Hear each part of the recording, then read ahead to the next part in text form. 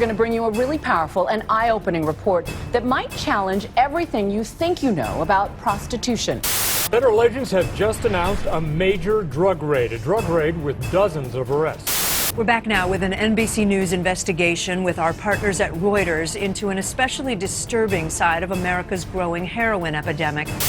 Human trafficking is believed to be the third largest criminal enterprise on Earth.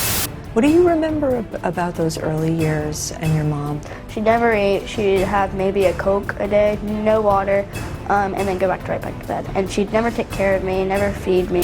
Big story, Johnson County deputies arrested a drug dealer after a man bought heroin from him and died. One baby every half an hour in the United States is born addicted to drugs. For the past 60 years, Teen Challenge has been on a mission to help those trapped in the wreckage of their destructive lifestyles. It's a rock bottom where so many reach out to us for help. As the dust and the dirt of life's choices settle, a clearer picture of a new life comes into focus. But a glimpse of what life could be like is only the beginning of the journey. A new life is built from the ground up.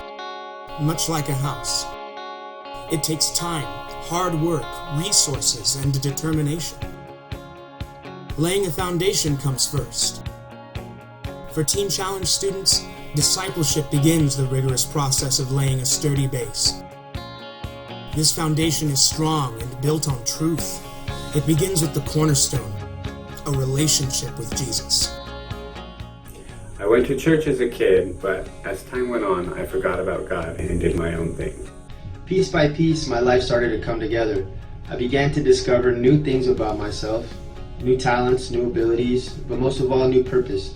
I could see the hand of God taking everything I dreamed my life to be and molding it into a reality.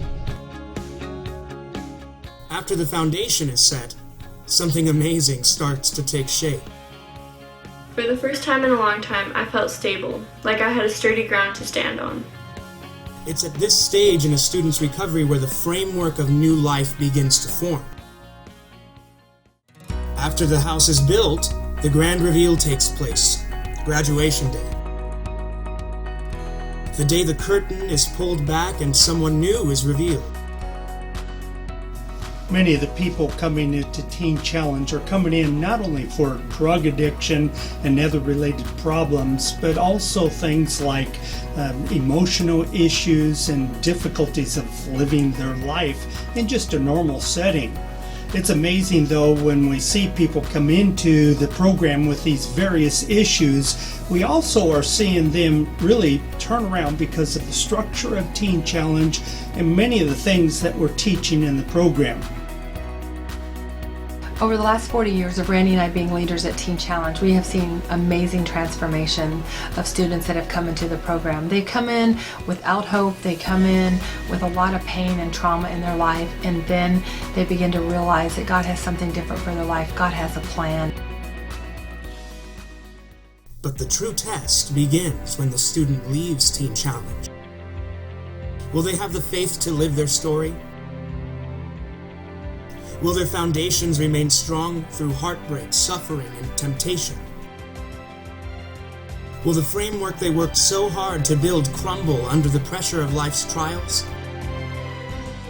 They've laid a foundation and built a sturdy framework, but at the end of the day, a house becomes a home when you live in it, take care of it, and invite people into it.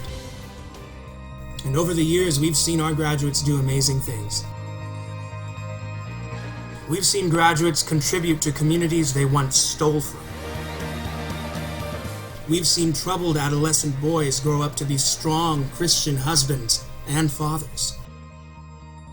We've seen transformed women and men dedicate their lives to serve as pastors, evangelists, and missionaries. We've seen girls who went through the program with their mothers turn into incredible young ladies, breaking the cycle of addiction that once seemed inevitable. These graduates have one thing in common. They were good stewards of what they built at Teen Challenge. It's been a while since you smiled, can I see it again? They embraced their story and allowed it to shape their lives. You still To them, this is normal life now. From the outside looking in, it's a testament to what Jesus can do when an individual decides to courageously live our story.